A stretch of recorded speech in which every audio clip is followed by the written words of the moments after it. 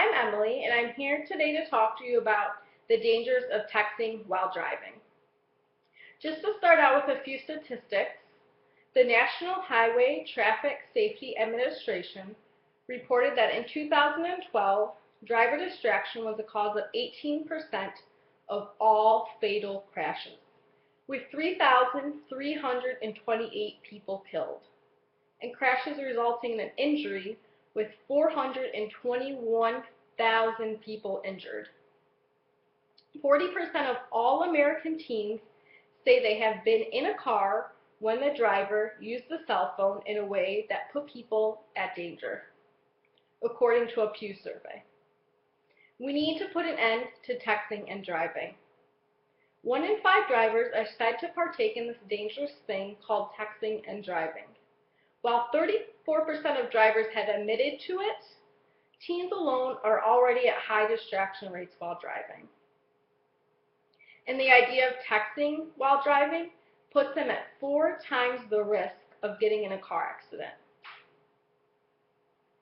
Though 97% of teens agree that the act is dangerous, only 97%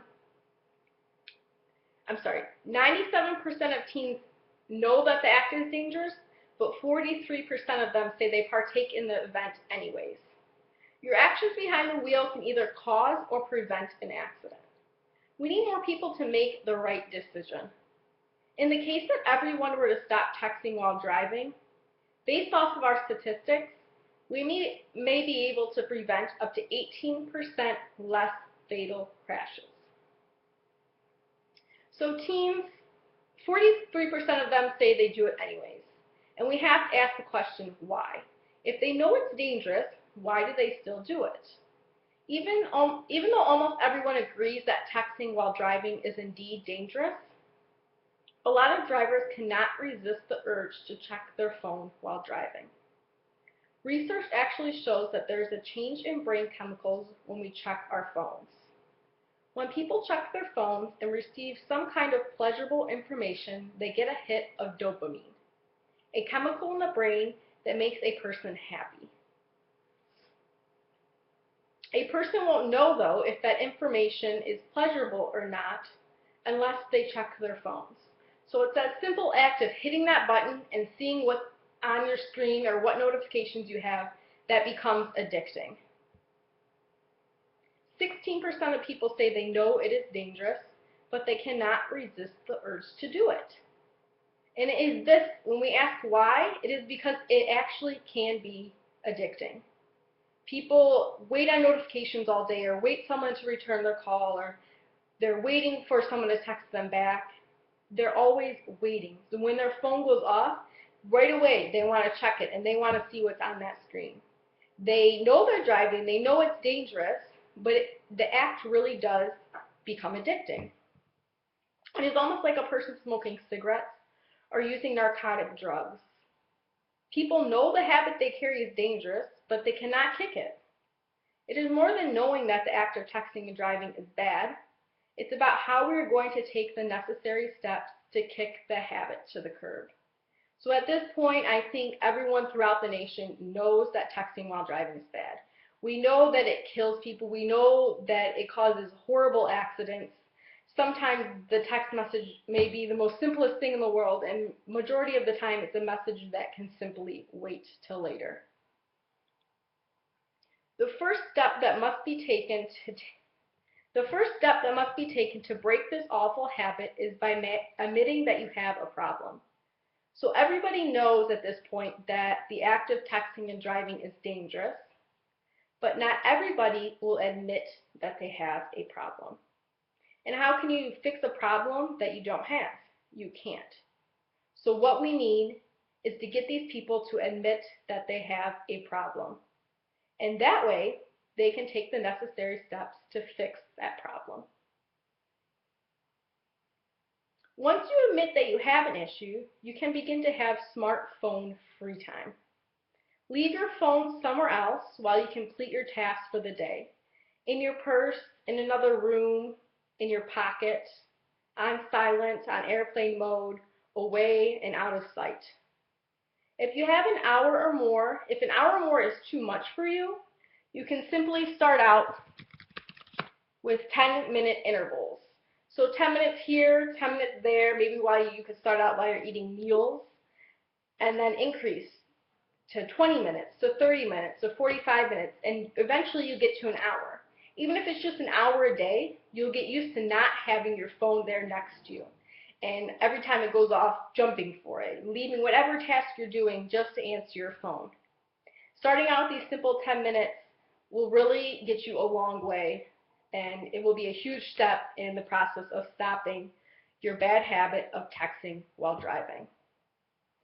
Whether it be your email notifications or Facebook, turn them off. You can even turn off certain functions of your phone that are distracting to you. That's a huge step. While you're driving, there's actually a function that allows you to let your phone know that you're driving. Lastly, you can establish smartphone-free places. So we have smartphone-free time, and we have smartphone-free places. A lot of people like to put their phones away when at social gatherings, such as at dinner, while hanging with friends, or in the workplace. If you begin to practice one or more of these things, then your habit may be kicked to the curb sooner than later. So I think one of the most important things is the workplace. Why would you need your phone by you on 24/7 while you're at work? People know you're at work. Everyone has to work. Really, most of the time, someone's trying to contact you, it's something that can wait. And if there's ever an emergency, they can reach you at work. Your coworkers will understand. But what they won't understand is when you have your phone next to you all day, every day, and that's your main concern. If you're not getting your work done while you're at work, that can lead to bigger problems, like even potentially losing your job. So practicing these things isn't even all about stopping texting while driving. It can prevent other issues that this addicting thing is causing in your life.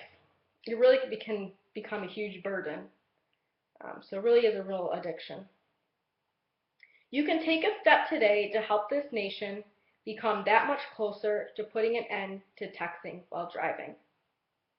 If you agree to stop interacting with your phone while driving, then you should consider partaking in AT&T's campaign, It Can Wait.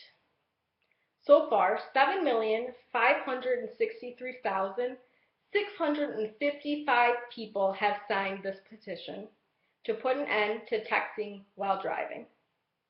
AT&T also offers the Drive Mode app, which I mentioned earlier, which silences all notifications and lets your friends and family know that you can't respond. So if you can't, say, use emails for work or use this notification and that notification, you don't have to turn them off. Every time you get into the car, your phone will know you're driving, and your phone will let that person know that you're driving. I think the most important thing to remember, and the very first step you can take, is just by remembering it can wait.